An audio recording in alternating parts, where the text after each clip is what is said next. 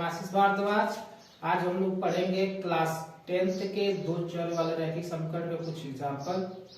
और इसके पहले हमने पार्ट 1 को वीडियो बनाया है जिसमें बताया है कि दो चर वाले रैखिक समीकरण में कौन से टॉपिक से इम्पोर्टेंट है और कैसे क्वेश्चन पूछ जाते हैं। रिवीजन के जरिए से अगर देखा जाए तो वेरी इंपॉर्टेंट, इससे आप जो है रिवीजन करिए और क्लास 10th का बोर्ड का जो पेपर है वो जाइए दीजिए और आप देखेंगे तो बहुत अच्छा कर पाएंगे, इससे एक भी क्वेश्चन नहीं छूटेगा। तो हम आज जो दो चर रैखिक समीकरण जो लिखा है, दो चर वाले रैखिक समीकरण का pairs of linear equation in the two variables, ठीक है। तो इससे जो पहला क्वेश्चन जो पूछ जाता है, जैसे पूछ देगा ज्ञात कीजिए कौन युग्म संगत और कौन युग्म असंगत है। तो इसमें पहला क्वेश्चन देखते हैं, ठीक है दोस्तों। तो कैसे ज्ञात करते हैं, पार्ट 1 में मैंने बताया है कि संगत और असंगत कैसे हम लोग ज्ञात कर सकते हैं, ठीक है। तो पार्ट 1 देखने के बाद पार्ट 2 जरूर देखें, तब देखें तो पूरा समझ में आ जाएगा। तो यहाँ से अगर इसकी हम बात करें, जैसे कैसे ज्ञात करें, तो ज्ञात करते हैं पहले तो इसको कन्वर्ट कर लेते हैं स्टैंडर्ड फॉर्म में। स्टैंडर्ड फॉर्म मतलब 3x + 2y और 5 इधर आएगा तो -5 = 0। इसको भी क्या करते हैं उस तरह से कन्वर्ट कर लेते हैं, -7 = 0। इसको तुलना कर देते हैं किससे, a1x + b1y + c1 = 0। एंड इसको भी तुलना कर लेते हैं a2x b2y + c2 = 0, ठीक है। तो यहाँ से तुलना करने करेंगे तो क्या होगा, तुलना करने पर तो तुलना करेंगे दोस्तों तो a1 बराबर कितना आ जाएगा 3 एंड b1 बराबर कितना आ जाएगा 2, c1 बराबर कितना आ जाएगा -5। यहाँ से ये तुलना करेंगे हम लोग तो क्या आएगा देखिए, तो a2 = 2 एंड b2 = -3 और c2 = -7। तो दोस्तों हम क्या करते हैं, क्या करते हैं, जैसे a1/a2 निकालेंगे, ठीक है। देखते क्या होता है, तो 3/2 एंड b1/b2 निकालते हैं तो आ जाएगा 2/3, ठीक है। तो यहाँ से हम पाते हैं कि a1 = a2 does not equal to b1/b2। तो दोस्तों हमने पार्ट 1 में बताया था कि अगर a1 बटे में a2 = b1/b2 जब आ जाता है तो कौन सी कंडीशन होती है, तो यहाँ पर रेखाएं क्या होती हैं, प्रतिच्छेदी हो जाती है। दोस्तों ये मैंने नोट्स में जो बताया था कि a1/a2 does not equal to b1/b2 होता है, तो रेखाएं प्रतिच्छेदी होती हैं। जब रेखाएं प्रतिच्छेदी होती हैं तो वो युग्म क्या होता है, वो युग्म जो होता है संगत। युग्म कैसा होता है, संगत। तो यहाँ लिखेंगे कि ये दोनों रेखाएं युग्म या रेखाएं प्रतिच्छेदी है। क्या है, प्रतिच्छेदी है, प्रतिच्छेदी। अतः युग्म संगत। युग्म क्या है, संगत। युग्म कैसा है दोस्तों, संगत। तो इस प्रकार से हम क्या कर सकते हैं, संगत निकाल सकते हैं। और अगर मान लीजिए इक्वल हो जाएगा तो हम फिर c1 c2 देखेंगे। अगर c1 c2 अगर a1/a2 बराबर b1/b2 = c1/c2 अगर तीनों इक्वल हो जाता है तो रेखाएं कैसे हो जाती हैं, रेखाएं कैसे हो जाती हैं, तो रेखाएं जो हो जाती हैं हमारे समपाती हो जाती हैं। और समपाती में क्या होता है, युग्म संगत होता है। और इसी प्रकार से अगर a1/a2 = b1/b2 does not equal to c1/c2 अगर रहेगा तब क्या होता है, हमारी रेखाएं समांतर होती हैं। जब रेखाएं समांतर होती है तो युग्म कैसा रहेगा, तब युग्म असंगत हो जाता है। एक एग्जांपल असंगत का विकल्प लेकर देखते हैं, ठीक है। एक एग्जांपल लेते हैं, एग्जांपल नंबर सेकंड देखेंगे। एग्जांपल नंबर सेकंड तो सेकेंड अगर हम लेते हैं एग्जांपल, जैसे यहाँ पर हम लेते हैं 2x - 3y minus 8 is equal to 0 and 4x minus 6y minus 9 is equal to 0। तो यहाँ से हम क्या कर देंगे, फिर तुलना करेंगे उसी प्रकार, जिस प्रकार से ये मैंने किया है उसी प्रकार से इसका भी तुलना करेंगे, ठीक है। तो तुलना करते हैं, तो यहाँ से तुलना करेंगे a1x plus b1y plus c1 is equal to 0। यहाँ भी तुलना करेंगे a2x plus b2y plus c2 is equal to 0। अब यहाँ लिखेंगे तुलना करने पर, तुलना करने पर, तुलना करने पर, तुलना करेंगे यहाँ भी तुलना करने पर, तुलना करने पर, तो तुलना करेंगे। तब अब बताइए x है, x है, a बन गया क्या 2, तो a1 is equal to 2। इस प्रकार से b1 is equal to क्या हो जाएगा -3, c1 is equal to क्या हो जाएगा -8। अगर यहाँ पर तुलना करें तो a2 is equal to 4, b2 is equal to -6 and c2 is equal to -9 हो गया। तो फिर दोस्तों क्या करते हैं, यहाँ पर हम लोग a1 बटा में a2 निकाल लो, सिंपल से करते हैं। 1 बटा में a2 जब निकालते हैं तो 2 बटा के 4, इसको काटेंगे 2 दूनी 4, तो 1 बटा 2। a1 बटा में a2 कितना आ गया, 1 बटा 2 आ गया।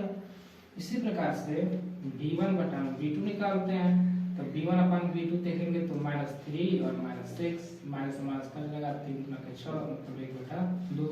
इसी प्रकार से c1 अपन c2 निकालते हैं तो -8 बटा -9, ठीक है दोस्तों। तो यहाँ से हम देख पा रहे हैं अतः कि a1 बटा में a2 बराबर है b1 अपान b2 के, लेकिन डज नॉट इक्वल है c1 बटा में c2 के। तो दोस्तों ये कंडीशन जब होता है, पार्ट 1 में बताया है कि जब ये कंडीशन होता है तो रेखाएं कैसी होती है, समांतर होती है। रेखाएं कैसी होती है तो लिखेंगे रेखाएं समांतर, रेखाएं कैसी हैं, समांतर। जब रेखाएं समांतर होती है, रेखाएं समांतर होती है तो अतः युग्म कैसा है, युग्म असंगत, युग्म कैसा है, संगत, ठीक है दोस्तों।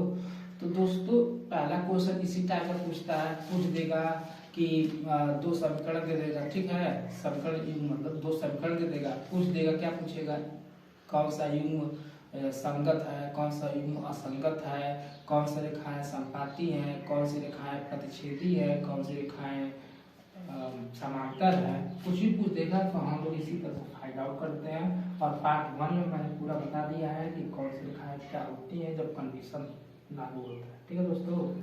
और ये उसी पार्ट 1 के जो टॉपिक बताया था, क्वेश्चन बताया था, कोई एग्जाम्पल यहाँ पर मैंने बता दिया। इसी प्रकार से हर बोर्ड में आप काफी करके आएंगे और यहाँ से एक भी नंबर आपका नहीं कटने वाला है, ठीक है दोस्तों। अब अगला क्वेश्चन हम लोग देखेंगे। अगला क्वेश्चन जो दूसरा क्वेश्चन टाइप में पूछता है, राखी समीकरण युग्म दे देगा और कहेगा हल कीजिए। राखी समीकरण युग्म दे देगा और कहेगा कि हल कीजिए। तो हल कितने तरह से कर सकते हैं हम लोग, प्रतिस्थापन विधि से कर सकते हैं, विलोपन विधि से कर सकते हैं, गुणन विधि से कर सकते हैं।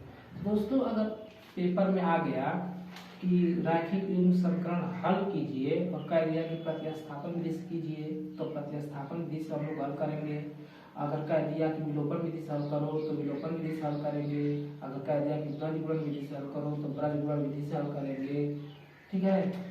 लेकिन अगर क्वेश्चन में नहीं कहा है कि इस विधि से हल करो तो आप किसी विधि से हल कर सकते हैं, उसमें कोई दिक्कत नहीं है, ठीक है, जो हमको इजी लगे। लेकिन जब पेपर में कह देगा कि इस विधि से हल कीजिए तो हमको उसी विधि से हल करना है। तो ठीक है दोस्तों, यहाँ पर उस विधि के पहले विधि का एग्जाम्पल लेकर बताते हैं कि किस प्रकार से हल किया जाता है। जैसे पहली विधि है प्रतिस्थापन विधि। हाँ तो दोस्तों हम यहाँ पर जो पहली विधि पढ़ेंगे, मतलब समीकरण युग्म हल करने की विधि कहेगा, तो इसमें जो पहली विधि है प्रतिस्थापन विधि। तो प्रतिस्थापन विधि किस प्रकार से हल करते हैं, देखिए ध्यान से, गौर से देखिए, पूरी वीडियो देखिए। तो यहाँ पर ये 2 समीकरण दिया है, समीकरण 1 एंड समीकरण, इसे मानिए मत, अभी करिएगा इसमें। तो इसको स्टैंडर्ड फॉर्म में पहले लिख लेते हैं, जैसे 8x + 5y अगर 9 है ये बराबर के 9 इधर, तो इधर आएगा तो क्या होगा -9, इसको संकलित मान लीजिए। एंड यहाँ पर क्या कीजिए 3x प्लस 2y माइनस 4 0 समीकरण 2 है, इसको और मत मानिए। तो यहाँ से क्या किया जाता है, या समीकरण 2 मान लीजिए।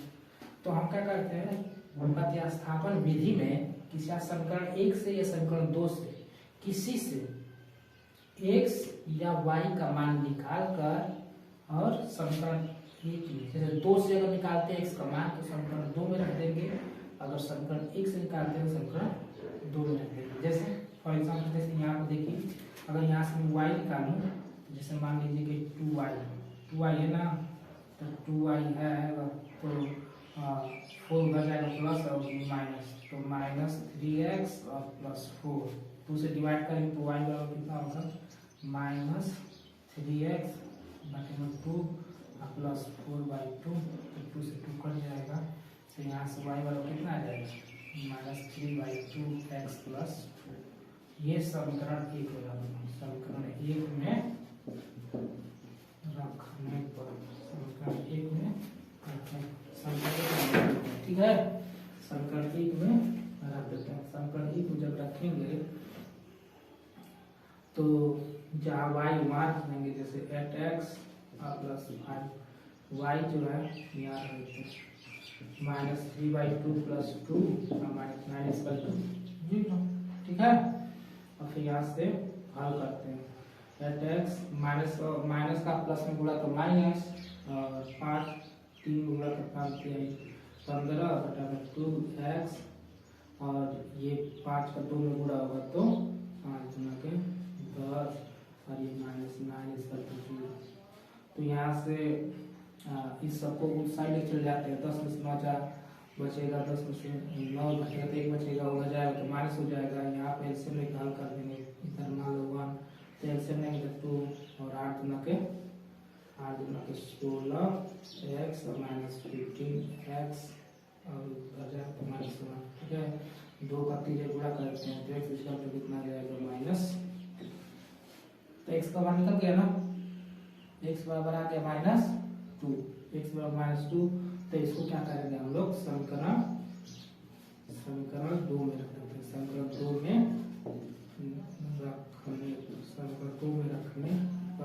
समीकरण 2 में रखेंगे तो एक जगह रख देते हैं, तो 3 × -2 + 2y - 4 = 0, और ये 2y है तो ये उधर चल रहा है तो +4 और प्लस 3 × 6 तो प्लस ये भी क्या हो जाएगा 6, तो y = क्या हो जाएगा 6 × 4 = 10 और 2 × 2 = 10, तो 5, y का कितना बनेगा 5। तो दोस्तों हम क्या करते हैं कि प्रतिस्थापन विधि जो इसी प्रकार से हल करते हैं, उसमें 2 समीकरण देगा और समीकरण 2 मान लेंगे, 1 2 और 1 से समीकरण मतलब x या y किसी का मान निकाल कर हम समीकरण 1 में रख देंगे और दोनों का मान निकालेंगे, मतलब x और y का मान निकाल सकते हैं। तो दोस्तों अगर पेपर में अगर प्रतिस्थापन विधि से कह रहा है कि इसी विधि से हल कीजिए तो हम इसी विधि से हल करेंगे, ना कि दूसरे विधि से, ठीक है दोस्तों।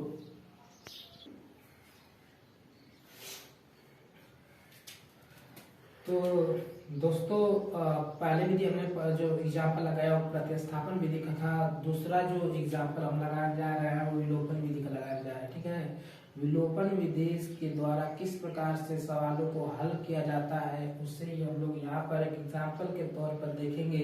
जैसे यहाँ पर 2 समीकरण आपको मिल जाएगा विलोपन विधि में, 2 समीकरण मान लीजिए दिया 3x + 4y = 10 और 2x - 2y = 2, तो हम क्या किए हैं कि समीकरण इसे 1 मान लिए, समीकरण 2 मान लिए हैं।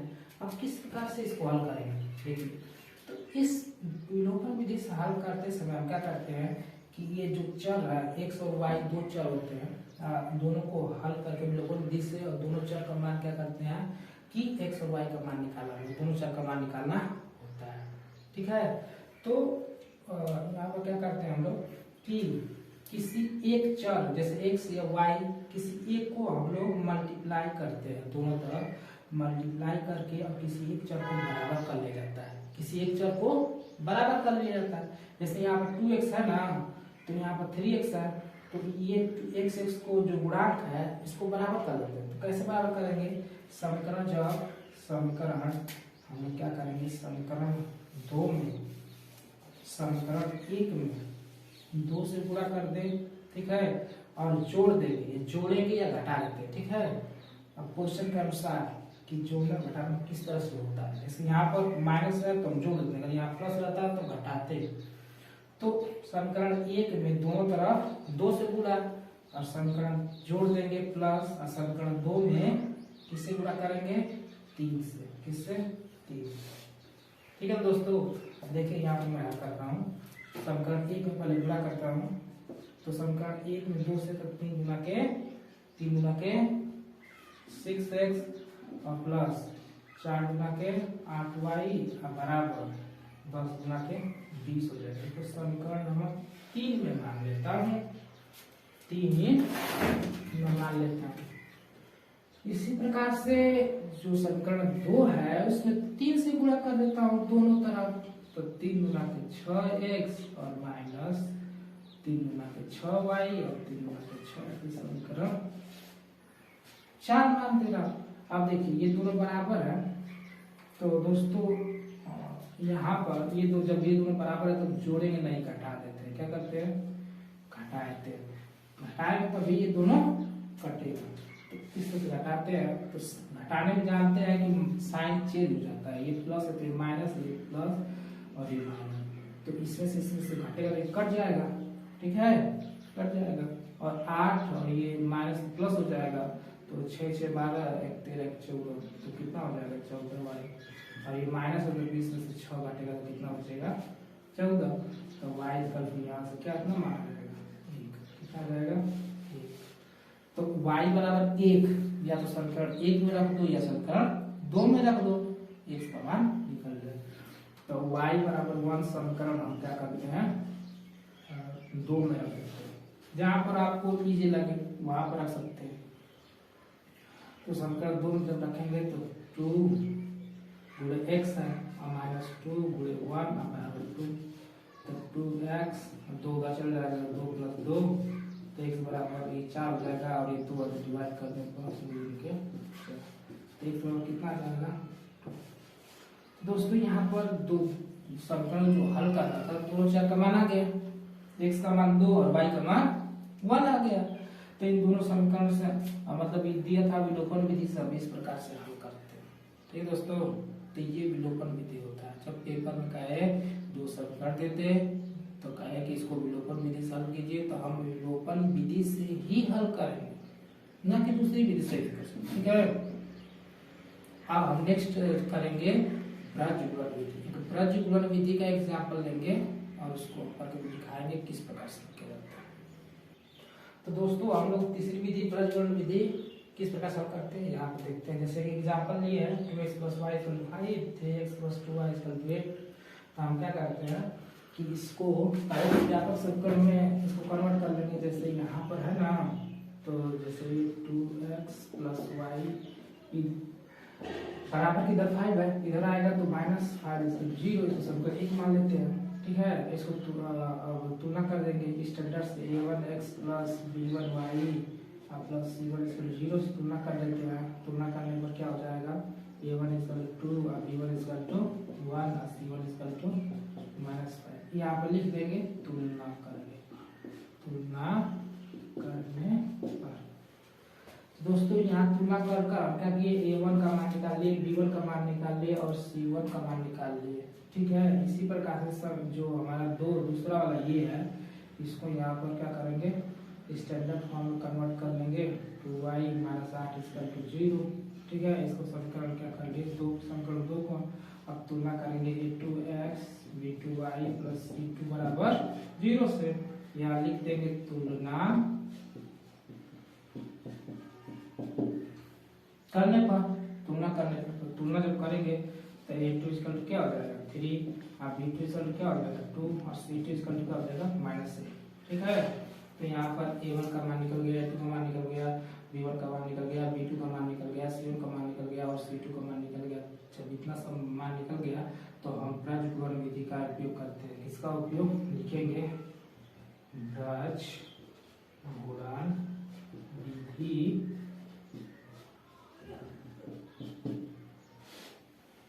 द्वारा। ठीक है, तो क्या किया जाता है इसमें, जैसे मैंने यहाँ पर समीकरण लिख देता हूँ। ठीक है, यह समीकरण में यहाँ पर जैसे ब्रज गुणन विधि में क्या होता है, दो समीकरण जब दिया रहता है ना, जैसे a1x plus b1y plus c1 equal to 0। ठीक है, मान लो समीकरण एक दिया रहता है एंड दूसरा समीकरण a2x b2y प्लस c2 बराबर 0। जब इस प्रकार समीकरण दिया जाता है तो ब्रज गुणन विधि से क्या करते हैं कि x ऊपर ले लेते हैं और इन सबका क्रॉस मल्टीप्लाई, क्रॉस जैसे b1 c2 minus b2 c1। ठीक है, y का जब लेंगे तो y अब इसको छोड़ देते हैं तो फिर cross multiply c1 a2 minus c2 a1 बराबर, जब c1 कुछ नहीं गुणांक है तो 1 है तो 1 ले लेते हैं। जब c1 का कुछ गुणांक नहीं है तो यहाँ पर 1 ले लेंगे। ठीक है, 1 लेने के बाद और फिर तीनों गुणा कर देते हैं, जैसे 1 b2 माइनस a2 b1। ठीक है, ले लिए। अब इसी जो हमने यहाँ से सूत्र बना दिया है, इसी में a1 की जगह मान लगेंगे b1 b2 c1 c3 सबका मान यहाँ उठाकर रख देते हैं। तो जैसे यहाँ पर x, अब बताइए यहाँ से b1 का मान कितना है, तो b1 का मान 1 है, c2 का मान कितना है, तो c2 का मान -8 है, b2 का मान कितना है तो 2 है और c1 का मान कितना है तो -5 है। ठीक है, इस प्रकार ये सबका मान रख देते हैं। c1 का मान कितना दिया है, -5 दिया है, a2 का मान कितना दिया है तो 3 है और c2 का मान कितना दिया है -8 है और a1 का मान कितना है, a1 का मान 2 है बराबर 1 बटा a1 का मान 2 इंटू b2 का मान दिया है मेरा 2 और a2 का मान दिया है 3 एंड b1 का मान दिया है 1। इसको हल करेंगे। ठीक है, तो ये -8 और ये माइनस और माइनस गुणा करते हैं तो प्लस आता है, प्लस ये 5 गुणा के 10 y, ये -5 के 15 माइनस प्लस 8 गुणा के 16 और ये 4 -3 और करेंगे x बराबर कितना, x बटे में कितना आ जाएगा 2 आ जाएगा, y बटे में 1 हो जाएगा और y बटे में 1 हो जाएगा। तो हम क्या करते हैं कि ये जो x/2 है ना, इसको इस वाले के बराबर दिखा देंगे क्योंकि ये तीनों बराबर आपस में है, फिर इसको इसके बराबर दिखा सकते हैं। ठीक है, जैसे मैंने यहाँ पर दिखा रहा हूँ x बटा के 2 इक्वल टू 1, तो x बराबर कितना आ जाएगा 2, तो x बराबर कितना निकल के आ गया 2 एंड यहाँ से y बटा में 1 बराबर 1 है तो y बराबर कितना आ जाएगा 1। ठीक है दोस्तों, तो यहाँ से ब्रज गुणन विधि से ये तरीका जब मालूम रहेगा ये कैसे प्रकार से किया जाता है, बस वहाँ से हम लोग तुलना करेंगे, मान रखेंगे और यहाँ से हल कर लेते हैं। जैसे x का मान इधर करके करेंगे तभी ना होगा, तो इस तरह से y निकल जाता है। तो ब्रज गुणन विधि अगर बात करें तो बहुत सिंपल होता है, सबसे सिंपल हमको लगता है कि ब्रज गुणन विधि होता है, लेकिन सिंपल सभी है। लेकिन पेपर में अगर जिस विधि से आप कर रहा है उसी विधि से कीजिए। अगर प्रतिस्थापन विधि से कर रहा है, अवलोकन से कर रहा है, ब्रज से कर रहा है तो करिए, अगर नहीं कर रहा है तो किसी विधि से कर लीजिए, कोई टेंशन की बात नहीं। मैं बार बार ये बात बोल रहा हूँ कि लड़कियों की जो लड़कियां गलती करके आते हैं, कोई दे देगा कि ब्रज गुणन विधि से हल करो तो चल करके चले आगे अवलोकन विधि से, तो उसको नंबर नहीं मिलता है। ठीक है।